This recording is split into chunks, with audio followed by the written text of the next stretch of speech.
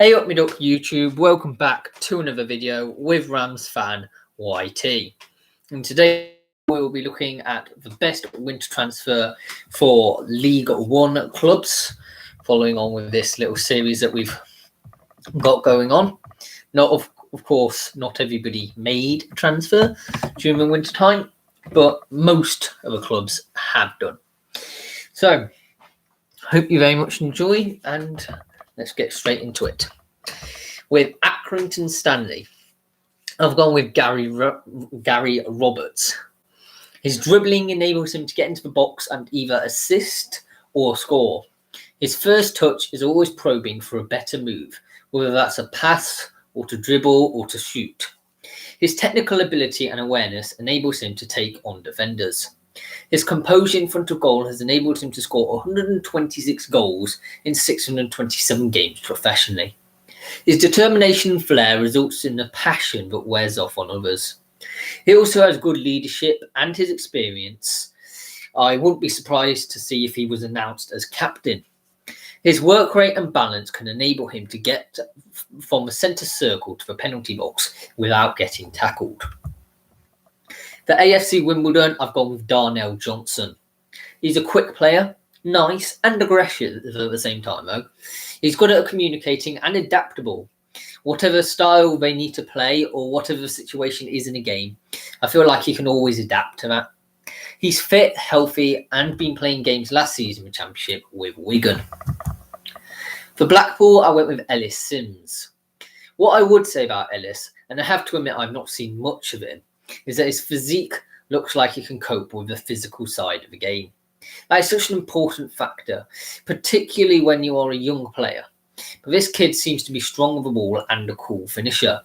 For me, the path for him needs to be a regular starter in Critchley's side. Ellis Sims will keep improving and, of course, scoring goals. For Bristol Rovers, I've gone with Joe Day. He is strong and remains agile, commands his box well, is a good shot stopper and likes the penalty save. I mean, what more can you really ask for a goalkeeper there? I saw he was very good in the FA Cup tie against Premier League side Sheffield United, which I saw a few weeks back. For Burton Albion, I've gone with Dylan Barnes. Dylan is very eccentric, but that is good as it means his opponents struggle to get past his arms. His reflexes are also great at knowing when to come running out and control the game, to standing strong and reaching down to his bottom corner. For Charlton Athletic, I've gone with Ronnie Schwartz. That's how you pronounce it. He's described as a natural goal scorer by Charlton manager Lee Bowyer or something. Stated upon his signing in January 2021, his finishing is good. I witnessed it firsthand in training today. To see him finish the way he does and know that he is going to improve is a big plus. He continued, strikers tend to win you games. Once we create chances, he is a fox in the box. His work rate is good, his movement is good, and he's very clever. For Crewe Alexandra, I've gone with Harry Pickering. Athletically, Pickering has a great engine to get up and down at the pitch for 90 minutes. He has an impressive physicality and assures that he will be able to keep up with the rigours of long seasons as his career develops in his loan back to the club. Every fullback needs to be competent at defending one-on-one, or at least good enough to disrupt an attacker's rhythm and force them backwards. The left-back is still developing his defensive capabilities, but he has proven more than adequate in League Two. Pickering will seldom engage early, instead preferring to wait for the attacker to take a bad touch and capitalise on their mistake, or attempt to block their cross. Alternatively, by having a high starting position, he can step out of defence and try to steal the ball before the attacker reaches it. As such, he comes out with the ball often, winning 65.2% of his defensive duels. He takes up good positions to win defensive headers and stays goal side, so that even if he loses the aerial duel, his body makes contact with the attacker and puts them off balance. One of Pickering's main strengths is his passing range and decision making. He knows which type of pass to play, and when, according to Y-Scout data, he has the third highest total amount of passes in the league of 2.125 last season, making 56.8 passes per 90 minutes, proves that Pickering's importance in the team's build-up play. He has attempted the most progressive passes of any left-back in the league last season, emphasising his desire to play forward balls, and is equally comfortable playing passes down the channel or inside to find teammates where possible. In addition, he has attempted the most through balls in the league that season of 52. In attacking areas of the pitch, Pickering can be a real threat, as well as being a capable crosser of the ball and willing to make lung-busting overlapping runs. He lifts into central areas of the pitch to cause confusion amongst the opposition defenders. In the attacking third, Pickering remains composed and does not rush his decision-making. He can differentiate the types of crosses he puts into the box to keep the opposition guessing. In some situations, he opts to play a penetrative pass down the side of the box or into the penalty area to find the runs of his forwards. Pickering's standout stat last season has been his key passes. According to Who Scored, he played the most key passes of 89 of any defender in England's top 4 tiers in the 2019-20 season, even surpassing England and Liverpool defender Trent Alexander-Arnold. Harry Pickering is undoubtedly one of the most talented young fullbacks in the EFL. He already possesses the key attributes of a modern-day fullback, so more first-team minutes will only expedite his development. He is undoubtedly gifted, and with Crewe's rise to League One now, he has a bigger platform to display his talents. The Doncaster Rovers are gone with Joe Lumley. Lumley collects the ball from crosses and corners, preventing a dangerous shot from occurring. He's also good at communicating and leadership between the sticks. He's also good in one-on-one situations, whether it's a penalty save or an on-rushing striker. For Fleetwood Town, I've gone with Carl Vassell. I'd say physically he's strong, quick enough for League One. Also, the thing with him is that he is very determined not to lose. So he's always got a bit of an extra bit of him to try and win and to be on the winning side. For Gillingham, I've gone with Robbie Cundy. First and foremost, his role in the team is to defend. So he looks to win headers, make tackles, and be aggressive. But when the time is right, he can also play out from the back. I've known that a centre-back is the area of the team that they have needed to add competition, and they have brought in the right type to go forward with Robbie's arrival. A number of coaches that have worked with Robbie previously have all spoken highly of his character. He has attributes of a centre-back that I feel are important for this level, in that he's aggressive, dominant in the air, and capable of handling the ball. To have somebody with a good ability to make first contact when defending the 18-yard box is key in League One. There's a healthy competition for places now, with Robbie fighting alongside Conor Ogilvie and Jack Tucker for the 2 centre-backs positions this season. The challenge now is for him to take the opportunity, get super fit, and compete to get into the team. For Hull City, I've gone with Jordan Flores, midfielder who likes to get on the ball, and passing is one of his strengths, and he likes to get shots off at goal. I think most people probably saw the goal he scored against Arsenal in the Europa League, and not to mention his FIFA award-winning goal nomination against Shamrock Rovers. He scored, by the way, if you've not seen it, I'd thoroughly recommend just going and looking at it. He scored on the volley from a corner into the top corner of the goal.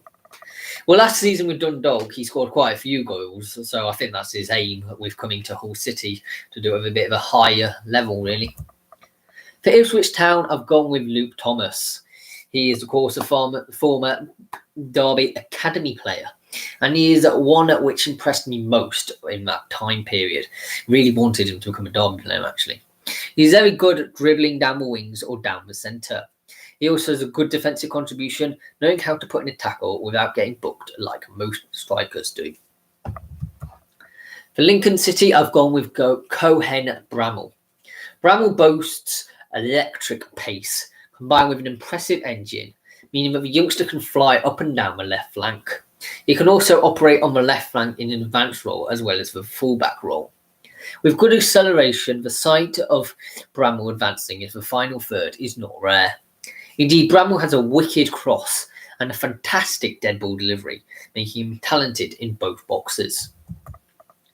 For Milton Keynes Dons, I've gone with Warren O'Hara, or O'Hara, I think it is. He's ready for men's football. He's a physical and a powerful player, and he can use the ball really well too. Most importantly, though, are his incredible character references for him. All sources about him, which I read, mentioned his leadership skills. He's a young player, so they'll have to be patient with him, but fans should be looking forward to seeing him. I think he can really add to the squad, actually. For Northampton Town, I've gone with Mikhail Miller. Mikhail's an old-fashioned winger in that he likes to go down the outside and get crosses in. Obviously, fans will like that. Of all wingers I've watched videos of for League One transfers, his attention to the out-of-possession stuff is about the best. He is a goal threat and puts a decent ball in. The way he plays, that suits Northampton to no end. For Oxford United, I've gone with Luke Mcnally. He's a good size, he uses the ball well, and there were a lot of clubs actually interested in him. So he's chosen Oxford and continued to develop. He has been playing senior competitive football regularly, and that has really helped him get used to the physical side of the game. He's raw, perhaps, but I feel he will go on and do really well for the club. Peterborough didn't make a signing, so on to Plymouth Argyle with Niall Ennis. I feel like what he can bring to the team, he could help Plymouth get higher in the league. Hopefully, he can give them the best of his ability. He wants to bring goals, link-up play, and I feel like he's good at running with the ball and creating his own chances. That's the game that could help the team. Furthermore, he wants to improve as a player and wants to help them go up the league. Maybe even to the playoffs, I think Plymouth are probably looking for at the end of the season. For Portsmouth, I've gone with Harvey White. As much a midfield craftsman as he is a midfield anchorman, versatile 19-year-old player, Harvey White is also a combative midfielder who can effectively break up play and recycle possession in the central areas of the pitch. A commanding and physical presence in the middle of a park, White may not possess the shearing pace or flair and panache. However, what he does well, he does very well. He reads the game exceptionally well and he has great vision. With a wand of a left foot at his disposal, the free kick and penalty specialist can cut open a defence with a single pass. White is also an excellent crosser of the ball and potent taker of corner kicks. He is a composed player who never panics, and it is in his constant scanning the pitch as well as the commitment and hard work, which for me makes him such a talented young midfielder. Physically adept, intelligent enough to cope with the pace of the game, and above all else determined to make an impact at both ends of the pitch. The industrious young anchorman operates as a box-to-box midfielder, and he isn't afraid to dictate games from the middle of the park. He also maintains excellent positioning. Harvey is a player who doesn't have a bad game. He plays with a distinctive gracefulness about him. White is a very well-rounded central midfielder who has a fantastic skill set, a player who possesses great vision and guile, and he's always on the alert, constantly looking over his shoulder as he patrols the central areas of the pitch. White is a commanding figure. He is also an excellent passer of the ball, and he has a wand of a left foot. His passing range and laser-like deft passes are so effective. Furthermore, the 19-year-old moves the ball around so well in the central areas of the pitch. He keeps things ticking, and he manages to create space for himself to receive the ball. Both his short passing and long passing is so deftly accurate for a midfielder so young. A specialist at taking corner kicks as well as free kicks on the edge of the danger zone. White can cross a football as good as anybody can. His pacey whipped crosses have caused so many problems at opposition defences, and it has resulted in him seeing a number of goals. However, it is White's free kicks which are even more dangerous, especially from around the 20 mark out from goal. As a central defensive midfielder, Harvey is an extremely creative player who, along with being able to dictate the tempo of a game is the ability to open up a defence with a single pass. However, Harvey, the central defensive midfielder, is also very good at defending and breaking up play. He is strong in the tackle and he is also committed. His competitive nature and determination to win every ball makes him a very important team player. In addition, Harvey is a mature player for his age. You have got to appreciate just how well he reads the game and sees and anticipates the danger. Despite his lack of pace, the former attacking midfielder gets around the pitch so well, and he is a very strong player, even though he is of medium build. White likes to make quick, short passes to his teammates. However, he isn't afraid to make ambitious, lofted passes. Furthermore, Harvey also isn't afraid to take risks or to take more touches than he needs in certain situations. A fantastically well-rounded central defensive midfielder who can do all different sides of the game so effectively. The youngster is also adept at filling back.